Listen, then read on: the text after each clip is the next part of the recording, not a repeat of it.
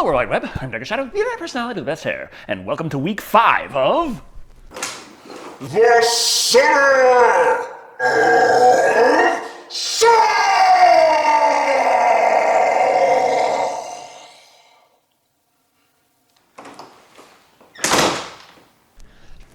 Which brings us to Saw 5, which, as far as it fits in the timeline, is, as usual, all over the place. It's the second movie since the death of John Kramer, but the first one where the main events actually take place after his death. But despite that, a good chunk of the running time takes place before his death anyway. Because you can't have a new Saw movie without meticulously going through every single film that came before and saying, actually, there have been subtle hints the whole time that this was planned from the start. What? Retcon? No. With that in mind, John Kramer is no more and has passed the torch on to Mark Hoffman. However, Agent Strahm is still on the case and is determined to unmask the new Jigsaw if it's the last thing he does.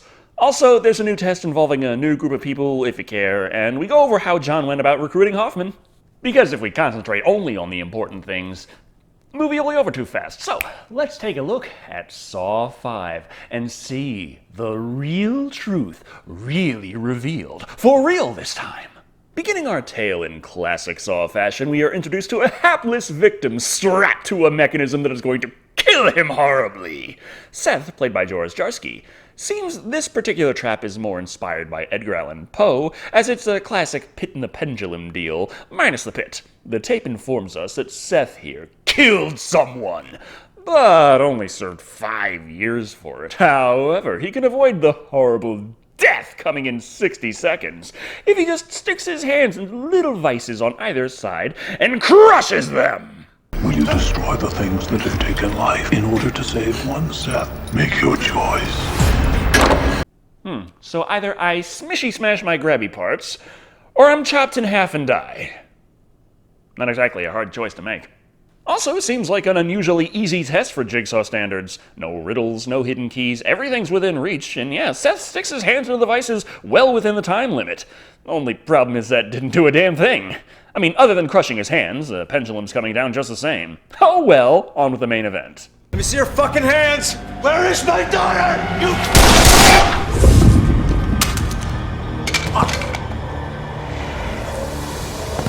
Okay, I'm all for watching Jeff die over and over again, but I'm starting to feel bad for the Content ID filter. How the hell is it supposed to automate a copyright claim and know what the hell movie it's even trying to claim? But remember how the last movie ended? Agent Strahm, played by Scott Patterson, was locked in that room with all the dead people. Well, wouldn't you know it, there was a secret passage with a secret audio log just in case this happened. How convenient! Long story short, yeah, there's a path, but don't take it, because that's a bad idea. The choice is yours. Fuck you. Okay, could you assholes listen to Jigsaw's warnings? For once in your lives, this series might legit drive me insane simply from all the damage I've been doing to my frontal lobes. Heading down the path he was specifically told not to. Wouldn't you know it, that was a bad idea. Strahm has been captured and finds himself with his head in a glass box. But the bottom is rubber to provide a watertight seal for the water that is pouring in. There is no test. He is just going to drown unless he figures out a way to stop this fast.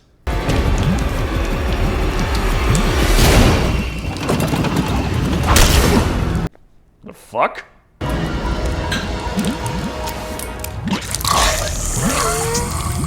Sir! Maybe you could have tried breaking the glass? Or popping a hole in the rubber and letting the water come out? Or just pushing down really hard? You could have tried that at some point. You know what? Yeah, fuck it. Just give yourself a permanent injury. It's Saw tradition, after all. So, unlike Saw 4, Saw 5 picks up right after the events of Saw 3, and we see Jeff's daughter. Well, they couldn't figure out what the hell to do with that plotline, so she's just rescued, almost like having her as a centerpiece for some sequel bait was a complete waste of time. Either way, Hoffman stands as the sole survivor of the Jigsaw killings. Nobody made it. We got a live one! Oh, god damn it, Strahm, now I look like an asshole! As Hoffman was not the sole survivor. But who survived John Kramer? Well, Jill Tuck, of course, and it just so happens that she was in John's will, as he left her a tape that vaguely tells her to do what she feels is right before giving her a mystery box. One that she also just so happens to have the key for as a necklace. Opening it up, she finds...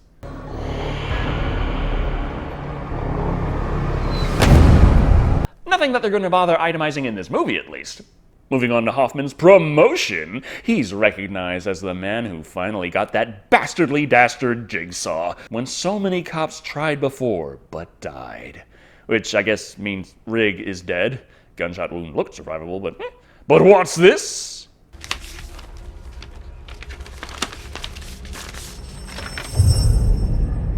Oh, right. Costas Mandalore. He was also Dick Sidney in Dino Croc. Gotta review that one. That's for December, though. Well, Hoffman's read ahead in the script, and therefore he knows he's gonna need to go into the evidence locker and swipe Agent Strahm's cell phone. Which is there because it's more convenient for the plot that way.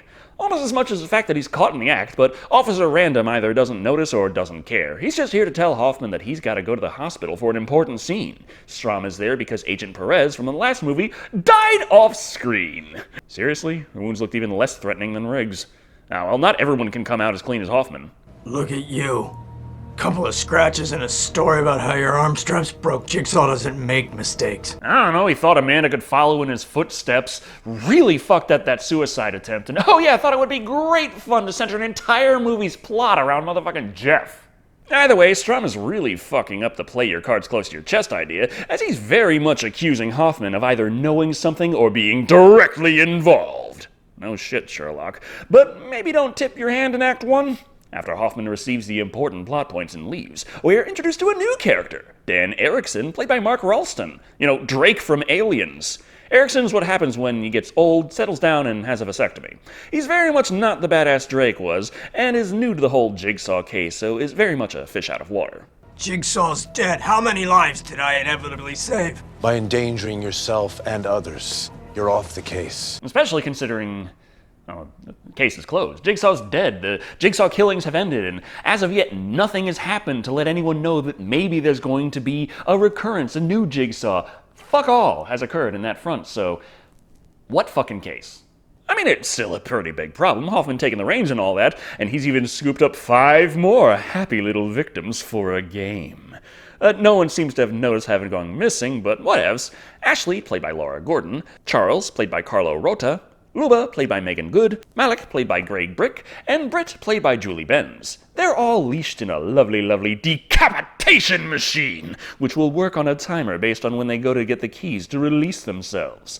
As is tradition, the real key to these trials rests with a little riddle that the puppet on the telly provides. Your lifelong instincts will tell you to do one thing, but I implore you to do the opposite.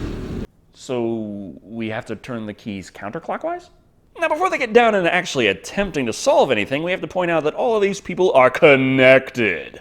As in metaphorically as well. Now, they could spend as much time as they want just sitting there figuring it out. No one really feels much like talking. Ashley is a fire inspector, and Malik is a druggie, and that's all the time we have before they spring the trap! Meaning everyone has to feverishly work on getting the key to unlock their collar before the time runs out!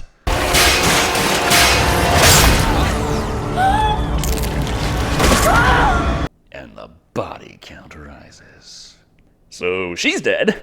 Oh well, everyone's got to get a move on, because the nail bombs will go off in a couple minutes. However, before Britt goes, she's got something to do. What are you doing? Being smart. Oh, I thought we were just establishing one of your character traits was hoarder. Whatever it is, it can't be that important as we suddenly jump back over to Hoffman. He's trying to call Strahm, but he's not here right now, so he's going to have to be transferred to Erickson. You've reached the voicemail box of Special Agent Erickson. Who is also not there, but consistency is hard, even within a single sentence. Hoffman leaves a message explaining that he just can't seem to contact Strahm, so he's leaving the message on Erickson's voicemail because, well, fuck it, a Twister flashback might make it make sense later. So, moving on, we see Strahm is investigating the Jigsaw case. In it, he finds that one victim in particular, Seth Baxter, the poor son of a bitch from the opening, was in fact the boyfriend of Mark Hoffman's sister, and he murdered her! Coincidentally, right before Jigsaw murdered him. Or did he?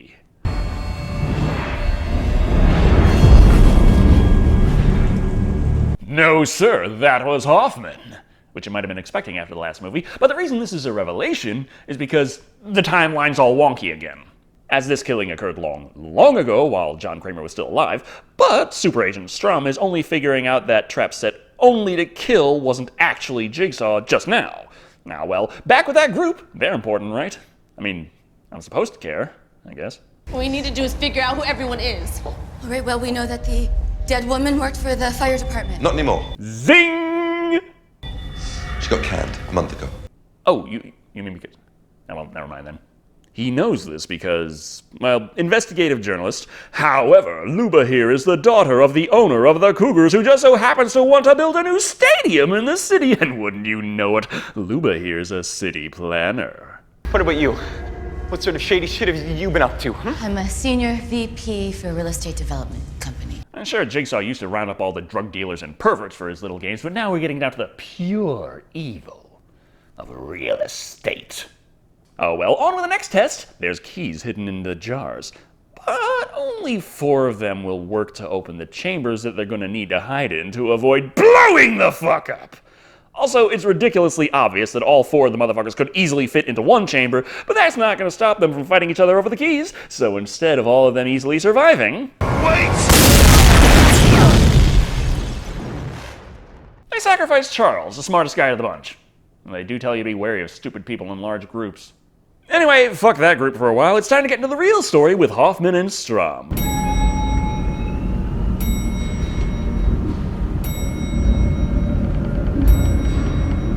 And then there was a power outage, and the 2 of them passed the time by boning each other. Or John could just stab Hoffman in the neck with a sedative, knocking him out, thus giving him more than enough time to tie him to a chair with a shotgun to his chin, and have a little heart-to-heart about that so-called Jigsaw killing John knows damn well Hoffman did.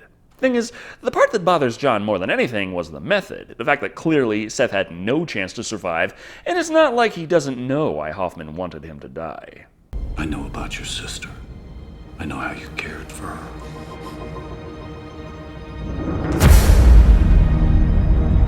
Everyone can see how much you cared through the power of flashbacks! And after her gruesome murder and Seth's subsequent slap on the wrist, Hoffman became a bit of an alcoholic to cope. At least until he murdered Seth. Something John still doesn't agree with, considering he could have used Jigsaw's method not to kill, but to offer him a chance at rehabilitation. He didn't deserve a chance. He was an animal. Everybody deserves a chance. You didn't see the blood. Yeah, but I'm pretty sure he can imagine. But after John pulls the trigger and Hoffman finds out he's alive, because if he wasn't, that should be really hard to explain away in a flashback, it opens his eyes to the truth of John's words. It is possible to rehabilitate someone through these tests, if they survive, which, let's be honest, is a big if.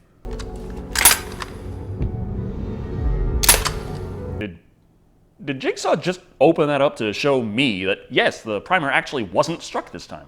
So John's very convincing, but then we're jumping back and forth between stories and time periods, so I don't know what's going on. Strahm is looking into the Jigsaw cases, seeing Hoffman's fingerprints all over them, and Hoffman tells Erickson that Strahm thinks that there is another Jigsaw accomplice other than Amanda.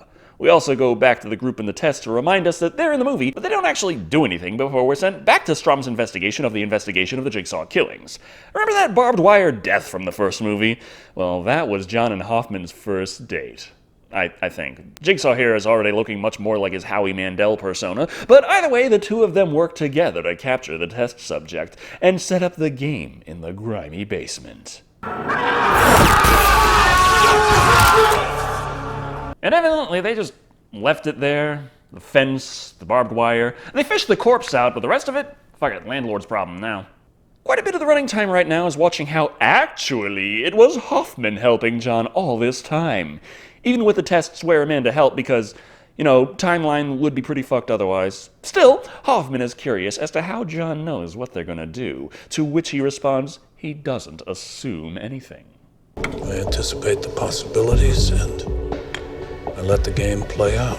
Well, say that all you like, but I didn't see the police collecting a bunch of tapes detailing how Jeff was supposed to find his daughter, just in case he didn't fuck everything up. Anyway, retreading and retconning the previous movies is great and all, but what about the oh-so-interesting story of the remaining 3 people who, Well, there's some connection. Malik confesses he was paid to burn down an abandoned building, but whoopsie, there were 8 people inside at the time. But his dad is rich, and that got him off. But never mind this shocking revelation, for the new test is even more shocking, in the literal sense. They need to complete a circuit within 3 minutes, otherwise the door will be locked forever. No bother, Luba figures, fuck it, the druggy arsonist can get in the tub and take one for the team. Please, no!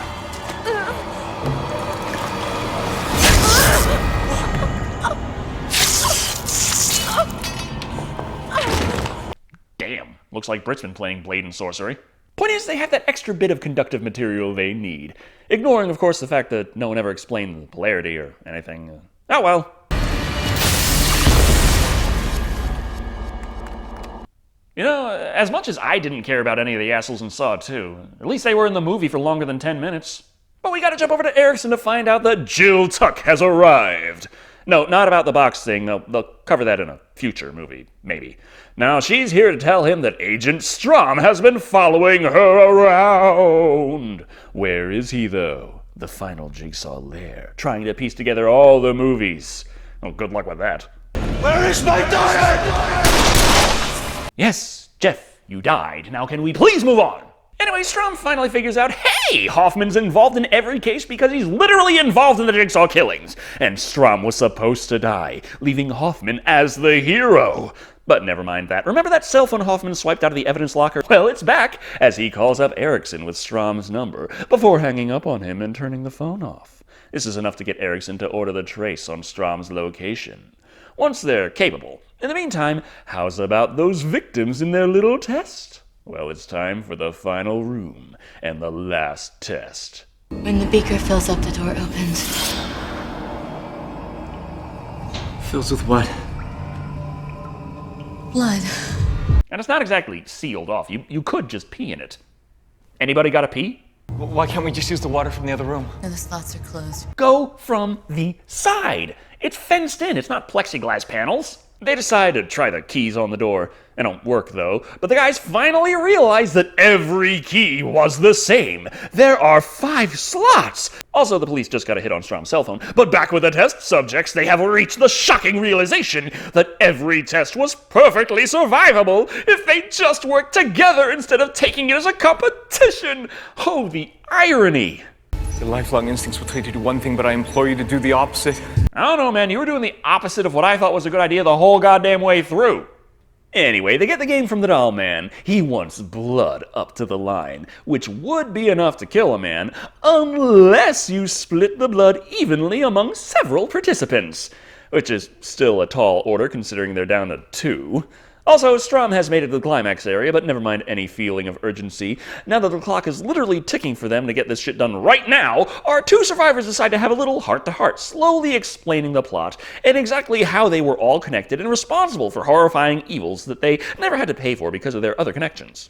We killed 8 people and stole the property, and nobody cared. Nobody cared? 8 people and their families cared? I never thought I'd hear myself say this, but why the hell aren't they explaining these points through a flashback? Fuck it, they're both prepared to get Jigsaw their blood, and also Erickson has joined the climax, following Strahm's cell phone signal. Strahm, however, has discovered a glass coffin with a little audio log from Hoffman. The only way to survive this room is by entering the glass box before you. Hoffman, what the fuck, man? Didn't Jigsaw teach you anything? You don't just tell them what to do. It's gotta be some obtuse as fuck riddle with multiple possible interpretations. Anyway, while Erickson is discovering that Strahm's tracker led him right into Neo Jigsaw's lair, Hoffman enters the room that Strahm was in, only to find he's waiting to ambush him. Fighting the man with everything he's got, he eventually tosses Hoffman into their coffin to capture him. Wouldn't you fucking know it? It turns out being in the coffin was the only way to survive that room, kind of like Hoffman just fucking told him. Have you learned enough to trust me? Will you heed my warning? For if you do not, Fuck you. this room will forever be your tomb. Ah! Brain. So, thing happened. Hoffman live. Strahm dumb. Erickson dumb. Erickson thinks Strahm Jigsaw, but Hoffman Jigsaw. Strahm not Jigsaw. Strahm smushed. The end. God, I think I need an aspirin. Anyway, that was Saw 5. No, it is not going to get a 5. Well, that was something.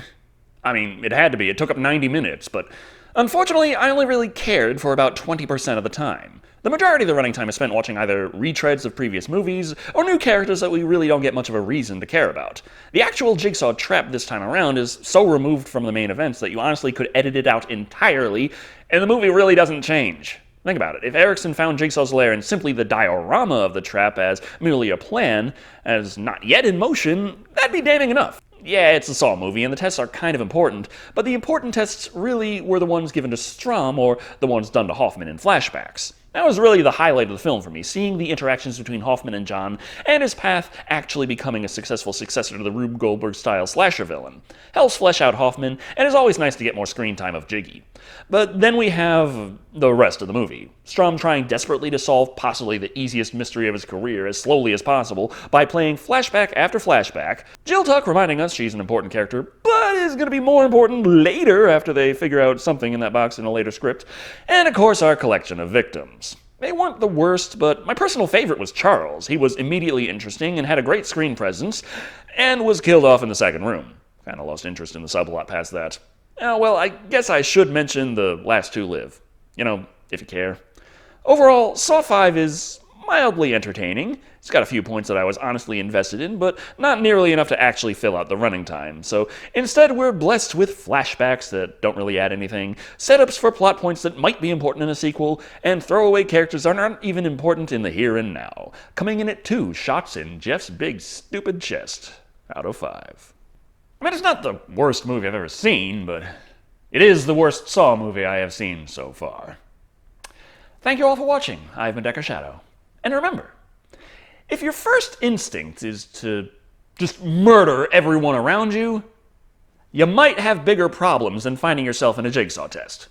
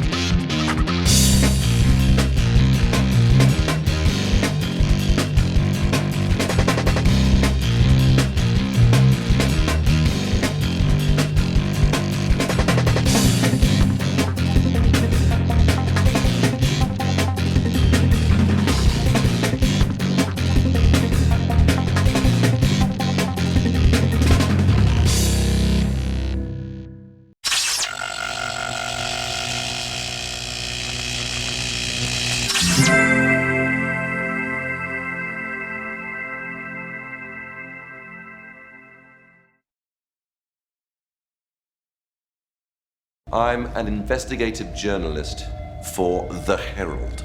The Herald? This is a massive accomplishment. You work for a gossip rag? Bite your fucking tongue.